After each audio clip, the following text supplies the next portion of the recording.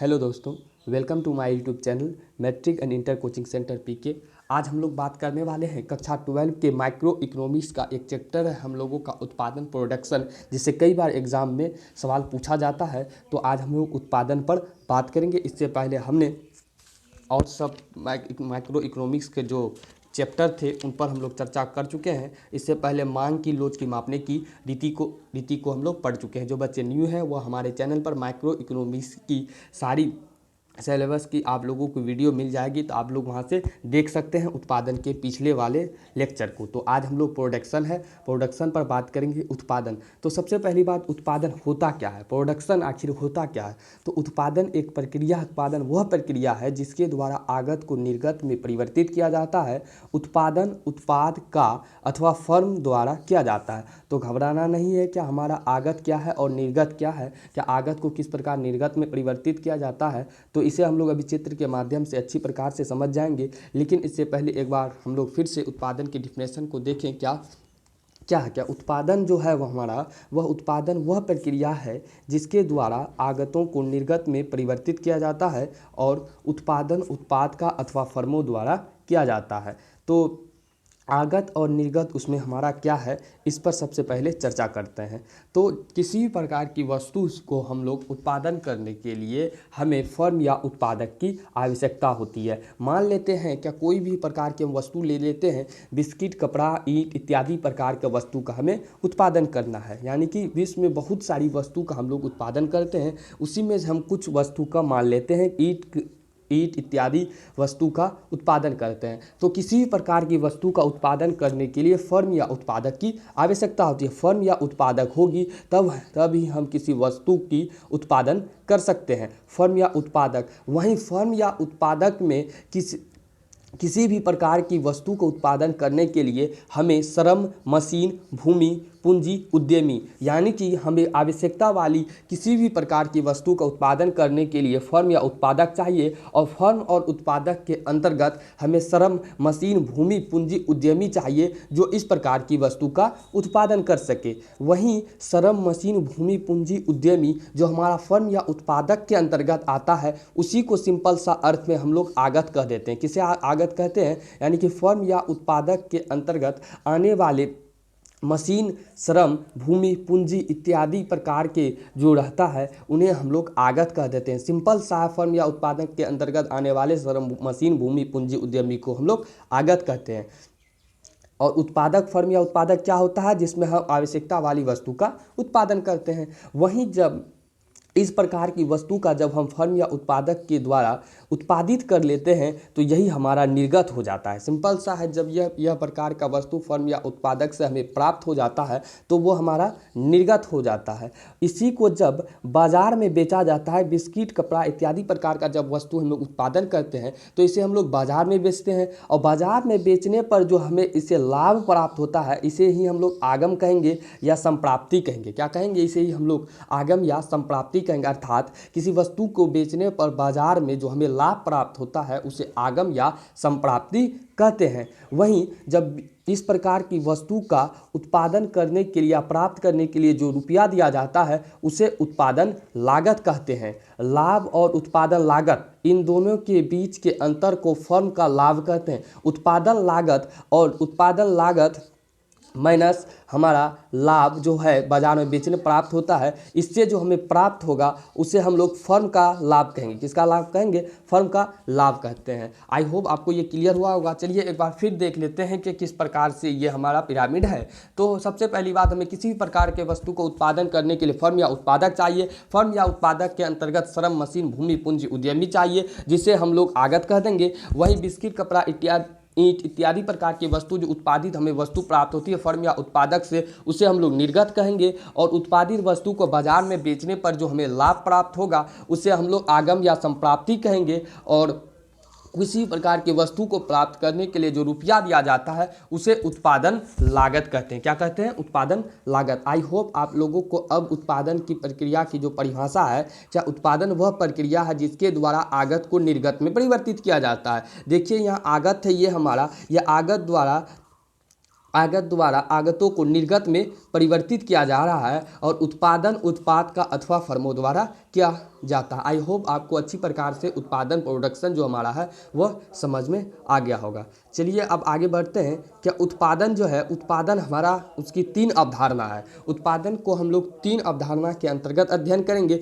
तो सबसे पहला उत्पादन की अवधारणा में है कुल उत्पाद, और सेकंड हमारा है सीमांत उत्पाद, और थर्ड है हमारा औसत उत्पाद। तो हमारा उत्पादन की जो 3 अवधारणा है इसे आप लोग इंग्लिश में ध्यान रखेंगे, क्योंकि हमारा जो फार्मूला होता है वो अधिकतर इंग्लिश में शॉर्ट में लिखा जाता है, क्योंकि हिंदी में बहुत लंबा हो जाता है। इसलिए जैसे कि यहाँ कुल उत्पाद है हमारा उत्पादन की 3 अवधारणा के अंतर्गत पहला हमारा कुल उत्पाद है टोटल प्रोडक्ट। तो इसे हम लोग शॉर्ट रूप में टीपी लिख सकते हैं, अर्थात टी से टोटल, पी से प्रोडक्ट। वहीं हमारा है सीमांत उत्पाद दूसरा, जिसे हम लोग मार्जिनल प्रोडक्ट कहते हैं, इसे हम लोग एमपी लिख देंगे शॉर्ट में। वहीं औसत उत्पाद की बात करें, जिसे हम लोग एवरेज प्रोडक्ट इंग्लिश में कहते हैं, उसे हम लोग एपी लिखकर काम चला लेंगे। आई होप आप लोगों को ये याद हो गया होगा कि कुल उत्पाद को टीपी शॉर्ट में यानी टोटल प्रोडक्ट कहते हैं, और सीमांत उत्पाद मार्जिनल प्रोडक्ट को एमपी और औसत उत्पाद को एपी। आप लोगों को ये याद रखना है, क्योंकि हम अभी आगे में एग्जाम्पल जब देंगे ऐसे शॉर्ट रूप में आप लोगों को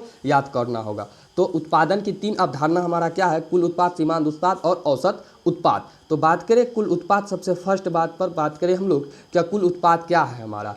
तो कुल उत्पाद का डिफिनेशन है, कई बार एग्जाम में पूछा गया है, कुल उत्पाद, सीमांत उत्पाद अथवा औसत उत्पाद से आप लोग क्या समझते हैं। तो कुल उत्पाद जो हमारा है, सबसे पहला, क्या किसी निश्चित समय अवधि में उत्पत्ति के साधन का प्रयोग करके उत्पादित की गई वस्तुओं और सेवाओं की कुल मात्रा को उत्पाद कहते हैं। सिंपल सा इसका डिफिनेशन है, किसी निश्चित समयावधि के अंतर्गत उत्पत्ति के साधनों का प्रयोग करके उत्पादित की गई वस्तु और सेवाओं की कुल मात्रा को कुल उत्पाद कहते हैं। देखिए अब यहाँ आप लोग अच्छी प्रकार से इसका एग्जाम्पल में समझ जाएंगे। जैसे हमारा साधन ए भूमि है और साधन बी इसमें श्रम किए हैं, ठीक है। साधन ए भूमि पर जब एक श्रम किया जाता है तो हमें कुल उत्पाद 40 होता है। जब दूसरा होता है वही भूमि पर तो हमें 90 कुल उत्पाद प्राप्त होता है। वहीं तीसरा जब साधन ए भूमि पर हमारा श्रम किया जाता है तो हमारा कुल उत्पाद 130 प्राप्त होता है। तो आप लोग देख सकते हैं उत्पत्ति के साधन जो हमारा है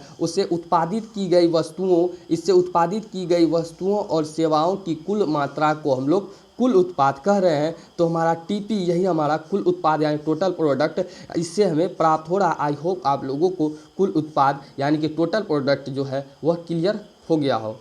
अब नेक्स्ट बात करेंगे सीमांत उत्पाद, जो कई बार एग्जाम में आ चुका है। तो सीमांत उत्पाद का डिफिनेशन है, किसी परिवर्तनशील साधन के अतिरिक्त इकाई का प्रयोग करने पर कुल उत्पाद में जो अंतर किस में आता है, कुल उत्पाद में। क्या कह रहा है कि किसी परिवर्तनशील साधन है उसका अतिरिक्त इकाई का हम लोग प्रयोग करेंगे और कुल उत्पाद में जो अंतर आएगा उसे उस इकाई का सीमांत उत्पाद कहते हैं। तो चलिए आप लोग एग्जाम्पल को इसे अच्छे प्रकार से समझिए। तो सीमांत उत्पाद जो बराबर होता है यानी कि एमपी, देखिए आप लोगों को पहले बता चुके हैं कि एमपी यानी कि मार्जिनल प्रोडक्ट बराबर होता है total product TP N minus 1। तो आप लोग पहले ही देख चुके हैं क्या हमारा कुल उत्पाद में अंतर आता है सीमांत उत्पाद में। वहीं इसके अगर सूत्र के आधार पर बात करें तो सूत्र के आधार पर इसका क्या होता है, एम मार्जिनल रेट बराबर टीपी बटा डेल्टा एल। अब बात करें हम लोग,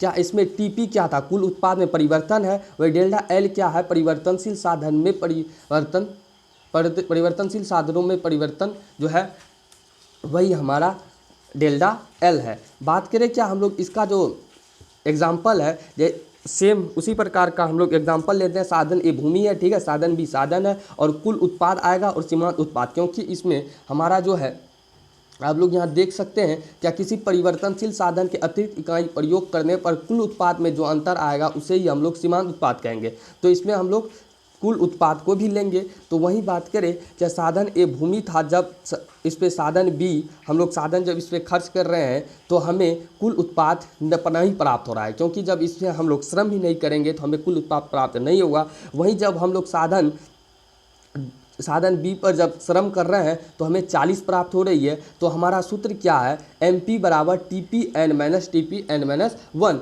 तो कुल उत्पाद में हम 0 में से जब 40 जाएगा, 0 में से जब 40 TPN माइनस 1/TP। आप लोग यहाँ देख सकते हैं TPN सूत्र लिख के आप लोग समझा देते हैं, अच्छी प्रकार समझ में आ जाएगा। TPN, ठीक है, यही है हमारा। तो हमारा TPN ये हो जाएगा और TPN माइनस 1 ये हो जाएगा। तो हम लोग TPN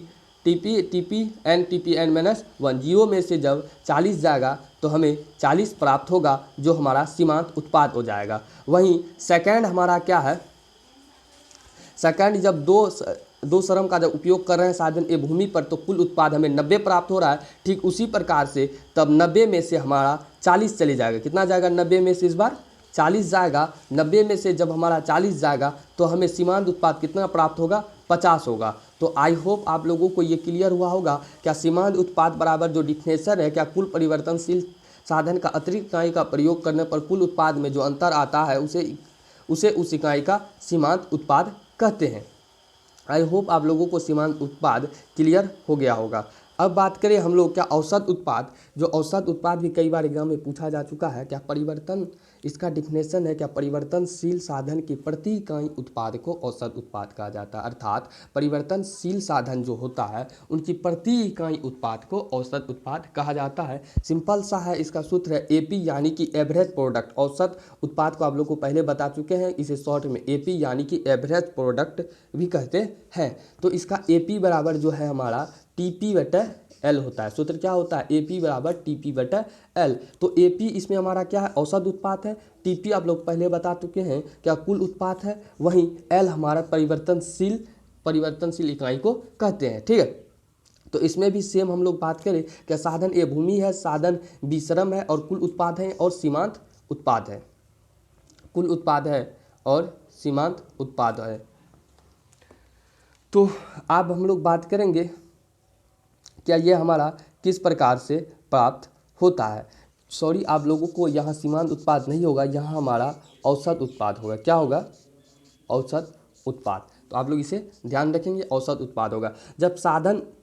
तो इसमें हमारा क्या है, TP/L, क्या है TP/L। इसमें TP हमारा कुल उत्पाद यहाँ है और B हमारा श्रम है। तो सिंपल सा है, जब AP हमें इसमें प्राप्त करना है तो 40/1 करेंगे तो फर्स्ट हमारा 40 ही प्राप्त होगा। वहीं सेकंड अगर बात करेंगे जो हमारा 90 है इधर कुल उत्पाद, क्या कह रहा है, क्या प्रति इकाई उत्पाद को औसत उत्पाद कहा जाता है। तो 90/2 करेंगे, हमें प्रति इकाई प्राप्त होगा तो 45 प्राप्त होगा, ये हमारा औसत उत्पाद हो जाएगा। वहीं 130 बटे कुल उत्पाद बटे L यानी कि TP/L है, ये हमारा L है और ये TP है। तो TP हमारा 130 है और वहीं हमारा L कितना है, 3 है। जब इसको भाग देंगे तो हमारा 43.3 आएगा। आई होप आप लोगों को औसत उत्पाद भी क्लियर हुआ होगा। तो आज हम लोग उत्पादन के अंतर्गत क्या क्या जाने, क्या उत्पादन क्या होता है और उत्पादन की अवधारणा, कुल उत्पाद, औसत उत्पाद तथा सीमांत उत्पाद को आज हम लोग जाने। नेक्स्ट वीडियो में हम लोग बात करेंगे उत्पादन से संबंधित है तो उस पर हम लोग चर्चा करेंगे। अगर वीडियो अच्छी लगे तो वीडियो को लाइक करें और चैनल को सब्सक्राइब करें ताकि आने वाले दिनों में आप लोगों को इसी प्रकार का मैक्रो इकोनॉमिक्स से संबंधित पूरी वीडियो आप लोग के पास पहुँचती रहे। तो thank you all of you, thanks for watching.